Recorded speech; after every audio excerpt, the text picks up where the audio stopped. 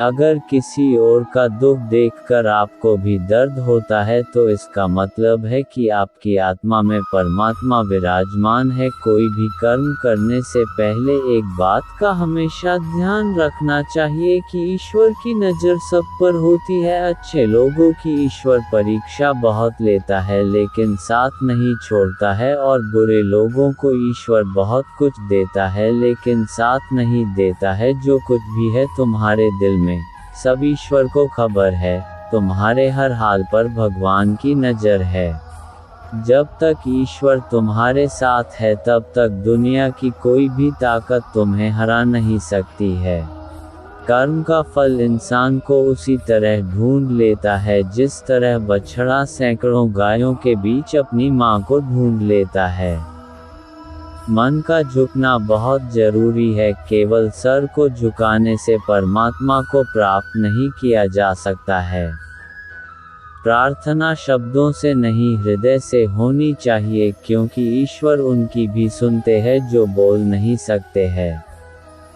किसी व्यक्ति की मदद कर आप ईश्वर से आप एक पुण्य कमाने के सहभागी बन जाते हैं।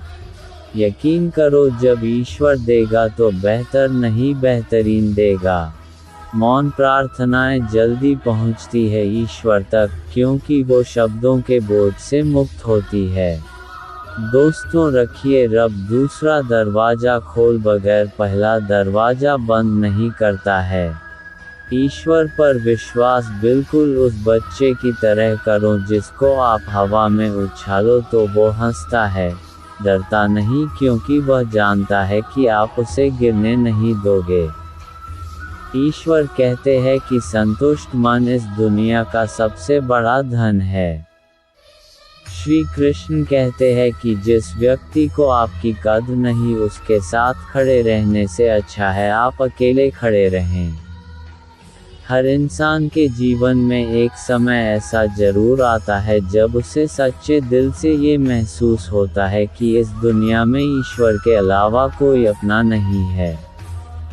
इंसान कर्म करने में मनमानी तो कर सकता है लेकिन फल भोगने में नहीं। अगर आपको कोई अच्छा लगता है तो अच्छा वो नहीं बल्कि अच्छे आप हो, क्योंकि उसमें अच्छाई देखने वाली नज़र आपके पास है।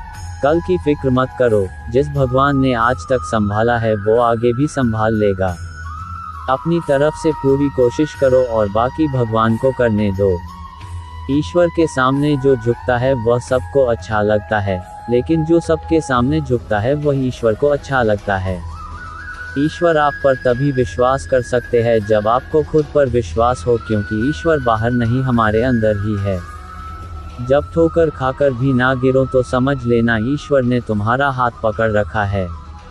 ईश्वर का जवाब भले ही देर से मिलता है लेकिन लाजवाब मिलता है।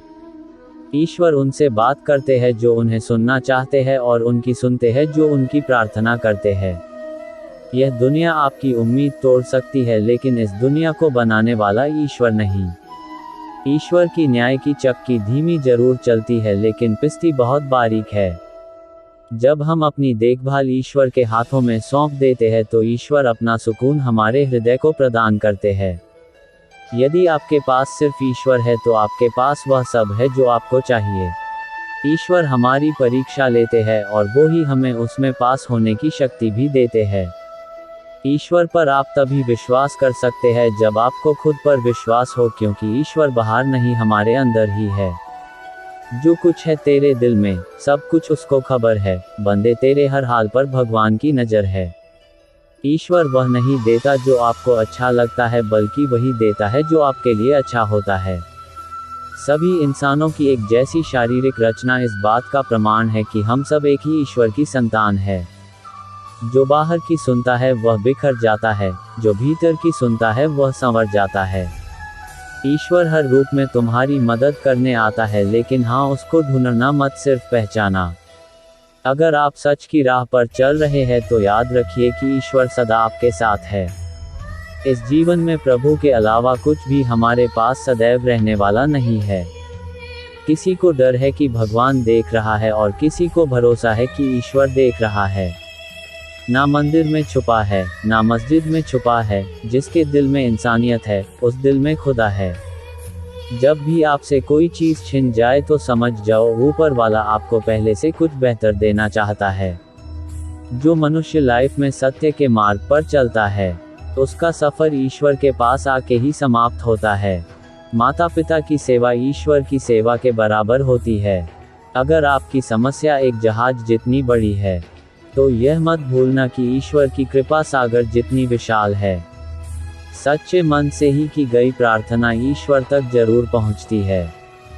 ईश्वर की उपस्थिति हर जगह है, सिर्फ इसे देखने वाला चाहिए।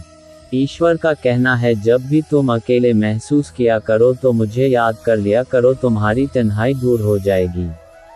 ईश्वर द्वारा ली गई हर परीक्षा सिर्फ इंसान की प्रगति के लिए होती है और ईश्वर इस परीक्षा को खुद लेते हैं। बड़प्पन वह गुण है जो पद से नहीं, संस्कारों से प्राप्त होता है।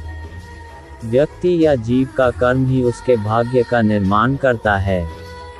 वर्तमान परिस्थिति में जो तुम्हारा कर्तव्य है, वही तुम्हारा धर्म है।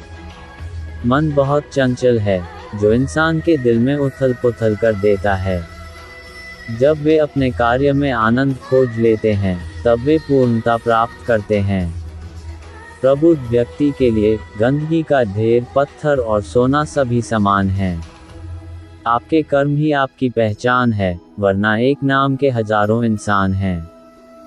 धर्म केवल कर्म से होता है, कर्म के बिना धर्म की कोई परिभाषा ही नहीं है।